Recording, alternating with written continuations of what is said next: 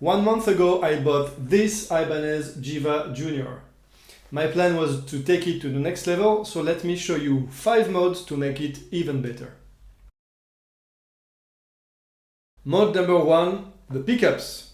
I changed the original Ibanez Quantum pickups to these DiMarzio Pandemonium in the bridge and the neck, and the True Velvet in the middle.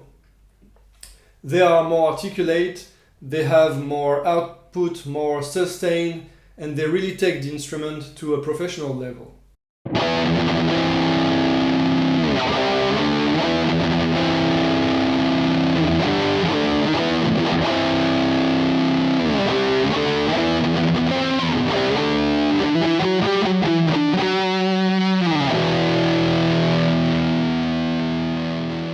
The wiring itself was straightforward.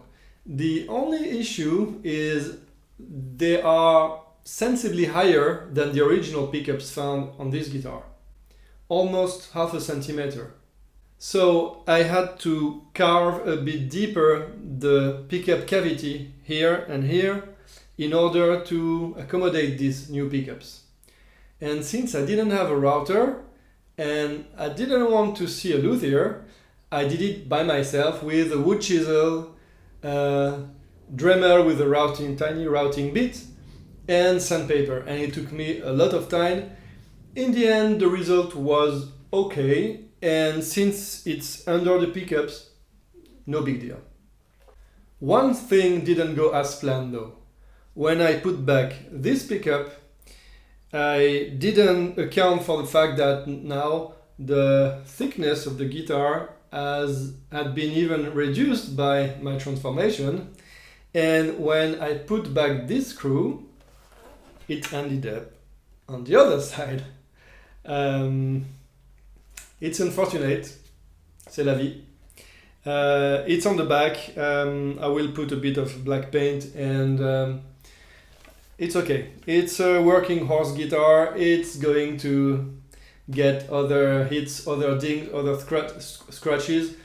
But you have to be aware, if you want to do what I did and change the pickups, just make sure there is not such a big difference in the height of the two pickups. Mode number 2, electronics. I replaced these two potentiometers by better quality CTS pots. And while I was at it, I replaced all the wires by better quality, cloth wrapped, pre-tin, nice vintage wires. I'm not sure that makes a difference, but it was a nice project. One thing I noticed though, once I put back everything, I noticed that when I turn the volume a bit back, I'm losing a lot of treble frequencies. And there is a simple mode for this, and I want to show you in a few minutes. The other thing I noticed is I'm not really using the tone potentiometer on any of my guitars. So I left it here. It's still this nice CTS potentiometers, but it's just disconnected from the circuit. So I don't have to worry about my potentiometer being, halfway and sounding muffled half of the rehearsal. So this is the inside of the guitar electronics. There was a little clip to keep it organized. I just removed it. I will put it back later. So what do we have here? We have volume potentiometers, tone potentiometers. This is the input jack. And we have the pickup selector here. As very often with Ibanez, it is a PC, kind of PC board, electronic board. The advantage is here you can really easily see where to solder your wires. So you can see it's written bridge, and you have 3 points for the bridge, the hot, the coil, and the ground. You have the main ground of the PC board here, the output, and on the other side you have 3 points for the neck. Same thing, hot, coil and the ground, and 1 for the middle pickup. So it's very well organized, and I will put it back like so. Okay. So now what did I do on this guitar? I changed the potentiometers. So these are the potentiometers that we had before. So as you can see, there are like inexpensive Chinese potentiometers. They did the job though. I didn't have really to complain, but I wanted to replace them with more qualitative CTS pots. So that's what I did. I replaced it, and once I finished wiring the circuit as it was, well, I just realized I never used the tone potentiometers. I'm always checking it's full on, so basically I just disconnected it from the circuit. But it's there. If at one point I decide to use it again, or if I'm selling a guitar and I want to put the circuit back to how it was, then I can do it very easily. The other thing I want to do is I noticed that when I turn the volume down, I lose a lot of treble. The sound becomes very bassy, and the way to fix that is to add this little component. It's called a treble bleed, and basically what it does, it allows a bit of the treble to bleed back into the circuit when you turn the volume down. And it's installed between, so you have 3, I don't know if you see it very well, but whatever.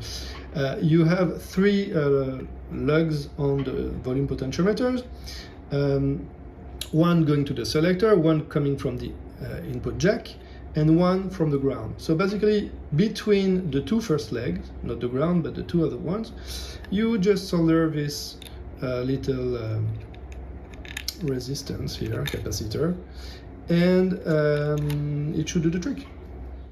So let's try to do that.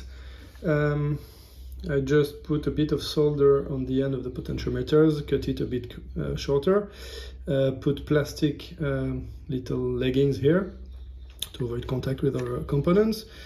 Of course, I could take this potentiometer out and it will be much simpler but okay, let's try it like this, and then if I don't succeed, then I will do it, but seems to be okay. So 1 leg is soldered already. Let's find our way to the other one.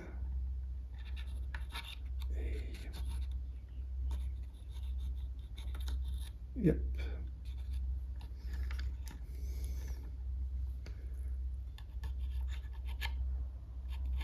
Yeah, looks good now.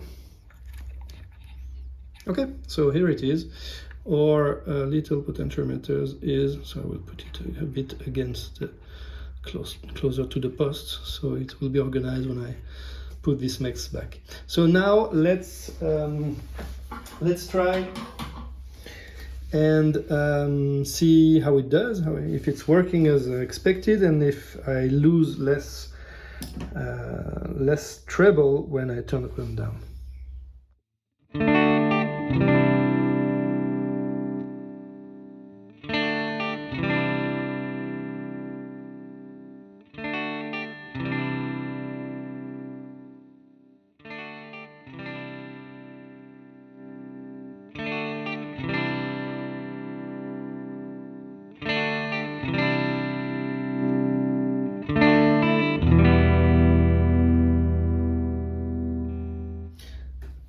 Okay, so now I saw it's working perfectly. The only thing left to do is put a bit of order in this mess with just a color, like so.